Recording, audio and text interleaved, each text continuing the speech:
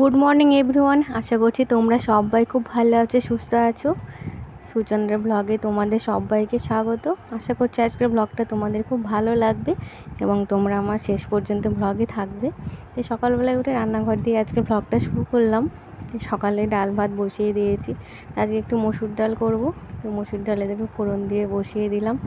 তারপরে ছেলেদের ধরো টিউশন স্যার পড়াচ্ছেন, তো চলে গেলে ওদের খাইয়ে দিয়ে স্কুলে পাঠিয়ে দেবো। তারপরে ধরো রান্না বান্না বাকি সব কাজকর্ম সবই ধরো টুকটুক করে করব। কী করব না করব সবই তোমাদের সঙ্গে শেয়ার করছি, তো তোমরা আমার সঙ্গে থেকো। আর আমার ব্লগটা যদি একটু ভালো লেগে থাকে তাহলে একটু লাইক করো, কমেন্ট করো। আর এই দেখো কাতলা মাছ নিয়ে এসেছে, তো কাতলা মাছের একটু ঝোল করব। আর এদিকে তোমার বাবা চিকেন পাঠিয়ে দিয়েছে, ওই জন্য আজকে দুপুরে আমরা চিকেন খাবো।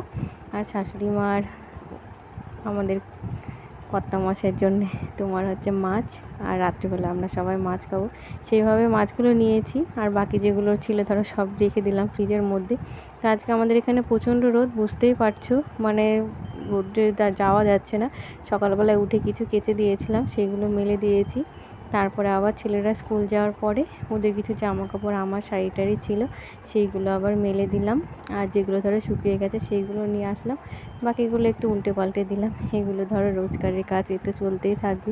তারপরে বাড়িতে বাচ্চারা থাকলে ধরো জামা কাপড় একটু বেশিই হয়। আর আমাদের ছেলের মানে আমার দুই ছেলের তো কোনো বলাই নেই, যখন যেটা ইচ্ছা হয় দিনের মধ্যে কতবার পরে ছাড়ে, কিছু করার থাকে না। যাই হোক, এদিকে জামা কাপড় সব এনে রেখেছি। তারপরে রান্নাঘরে চলে আসলাম। রান্নাঘরে এসে সকালে ডাল ভাত তো হয়েইছে, ধরো মাছটা রান্না করব। আর তারপরে ধরো বাকি কাজকর্ম রয়েছে, ঘরটরগুলো একটু গোছানো রয়েছে, সবই আস্তে আস্তে করব। এই সকালবেলা উঠে আজকে চানটা করে নিয়েছি, ওই জন্য মনে হচ্ছে যেন অনেক বড় একটা কাজ হয়ে গেছে আর কি। চান করাটা একটা বড় কাজ আমার মনে হয়, চান না করা থাকলে মনে হয় যে কী যেন একটা কাজ হয়নি। আর যখনই ভাবি চানটা হয়ে গেছে মনে হয় শান্তি।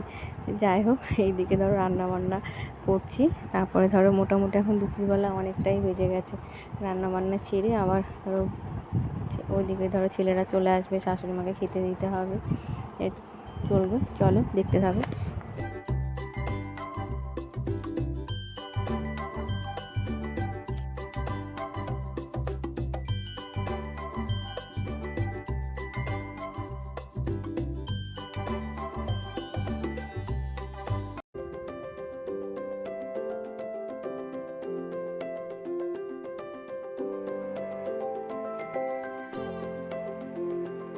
তোমার রান্নাবান্না প্রায় শেষের দিকে, এরপরে ছেলেরা আসলে সবাইকে খেতে দেবো। দেখো ঝোলটা হয়ে গেছে, তো রান্নাবান্না সেরে খাওয়া দাওয়া মোটামুটি কমপ্লিট। এখন তোমার বিকেলবেলা মোটামুটি 4টে বাজে। তো ফ্রিজের কভারটা কেচে দিয়েছিলাম, আর সেই জন্য একটু ফ্রিজের কভারটা তোমার ঠিকঠাক করে যে রেখে দিলাম জায়গায়, জিনিস জায়গায় একটু সাজিয়ে গুজিয়ে রাখলাম। এইগুলো ধরো ধুলোবালি, আমাদের বাড়িতে মনে হয় ধুলোটা একটু বেশিই পড়ে। যাই হোক, আর একটু কটা লেবু তোমাদের দাদা নিয়ে এসেছিলো, এক বন্ধু দিয়েছে অনেকগুলোই, তোমার ট্যাবা লেবু এগুলো বলে, গোল গোল লেবুগুলো ফ্রিজে রেখে দিলাম। আর ফ্রিজে ক্যারির মধ্যে লেবু রেখে দিলে দেখবে অনেক দিন থাকে। তারপর এই যে জামা কাপড়গুলো ভাঁজ করে জায়গায় রেখে দিলাম।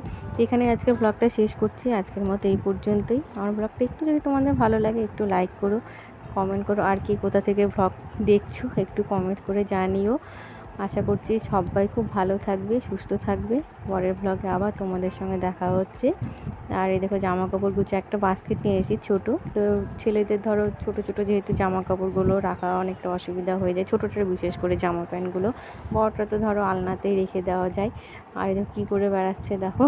যাই হোক, আর তোমার এইদিকে বাস্কেটে ঠিকঠাক করে গুছিয়ে রেখে দিলাম। টাটা, সবাই খুব ভালো থেকো, সুস্থ থেকো। পরের ব্লগে আবার দেখা হচ্ছে। নতুন যে বন্ধুরা আমার চ্যানেলটাকে এখনও সাবস্ক্রাইব করোনি, তারা আমার চ্যানেলটাকে সাবস্ক্রাইব করে দিও। আর আমার যে বন্ধুরা রয়েছে আমার সঙ্গে এইভাবেই থেকো।